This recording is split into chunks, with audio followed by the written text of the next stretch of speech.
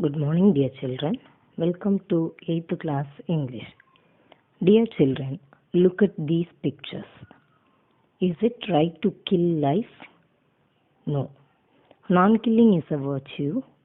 It's a duty to abide by it. But sometimes it is necessary to kill one life in order to save many lives. Today, you are going to learn about Jim, the man who killed the tigress and saved many lives.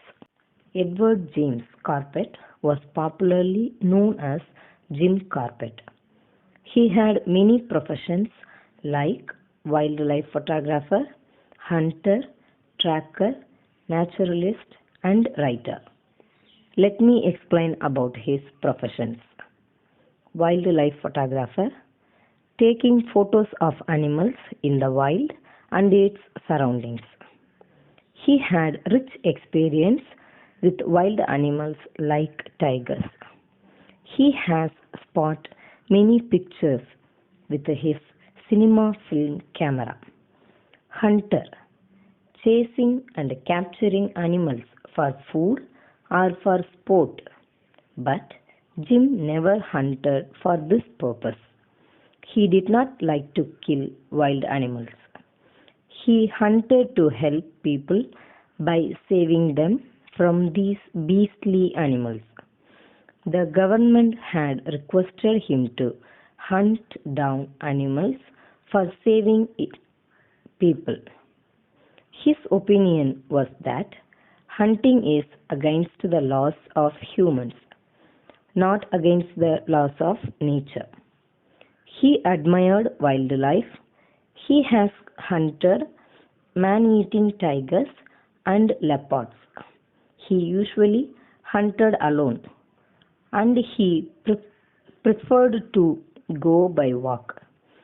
He took his dog Robin along with him. Tracker, tracking or observing animals by following their trail. Naturalist, interested in studying nature. Writer, writing books about animals. According to Jim, a tiger hunts other animals only.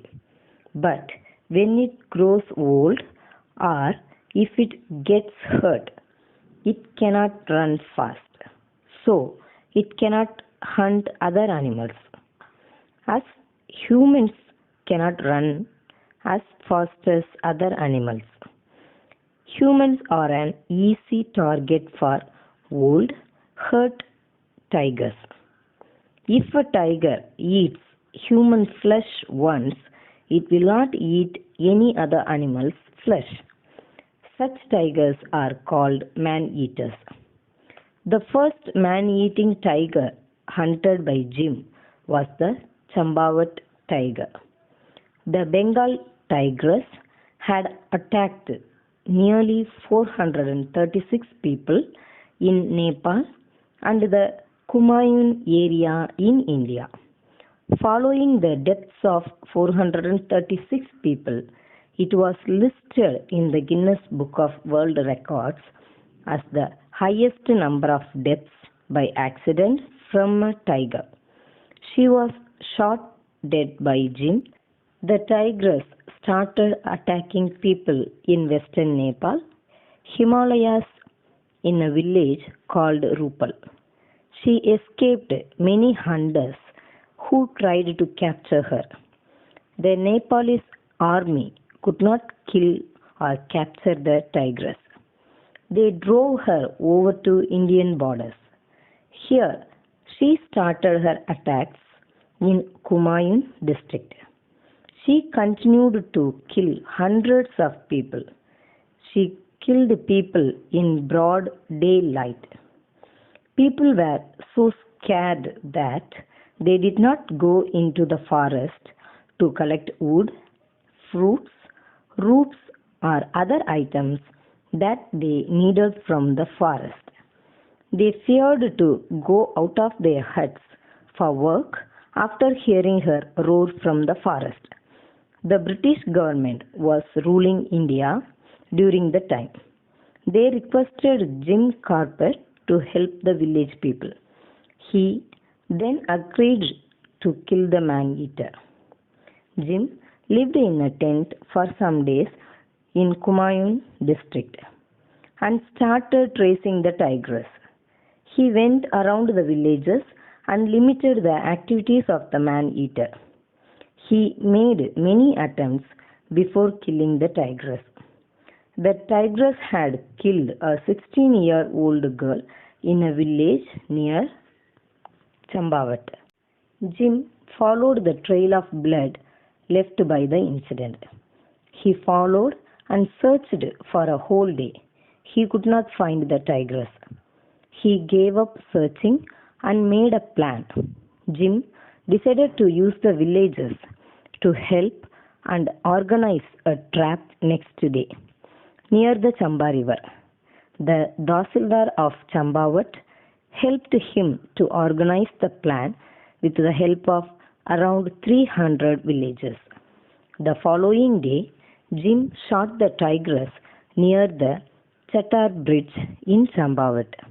A cement board was fixed in the place to mark it as a memory where the tigress was finally killed. Postmortem is an examination of a dead body to determine the cause of death. This procedure was done on the tigress, and the reports said that her upper and lower canine on the right side of her mouth was broken. The upper tooth was broken in half, and the lower one was broken fully till the bone was seen. The injury had been a result of a gunshot from a hunter who had shot it but couldn't manage to kill it. Corbett felt that this could be the reason for the tigress to have stopped hunting its natural prey and hence started to hunt humans for its food. Corbett was against the idea of game hunting. He publicly made his opinion that cutting down of trees, destroying forests, and humans building livelihood in the forest areas are the main reasons for the wild animals to attack humans. He went on tours and lectured people to make them learn about our natural heritage and why we should protect our forest and wild animals. He encouraged two movements called Association for the Preservation of Government, All India Conference for the Preservation of Wildlife. He played an important role in setting up India's first national park in the Kumaun Hills. It was called the Haley National Park in Uttarakhand, India. At first, it was named after Lord Malcolm Haley, but after Jim's death on 19th April 1955, the park was renamed in 1957 as the Jim Corbett National Park. It was named after him as a mark of respect for his role in setting up this protected area in 1930s. Dear children, let me recall you back what you have learned today. Edward James Corbett was popularly known as Jim Corbett. He was a wildlife photographer, hunter, tracker, naturalist, and a writer. Jim believed that hunting animals was against the laws of humans. Similarly, he also advocated that animals, especially tigers, hunt humans only when they are not able to hunt other animals, that is, when they are sick or hurt. The British government had requested Jim's help to save the Indian people from the Chambawat tiger. It had killed 436 people in the Kumaun area in India and Nepal.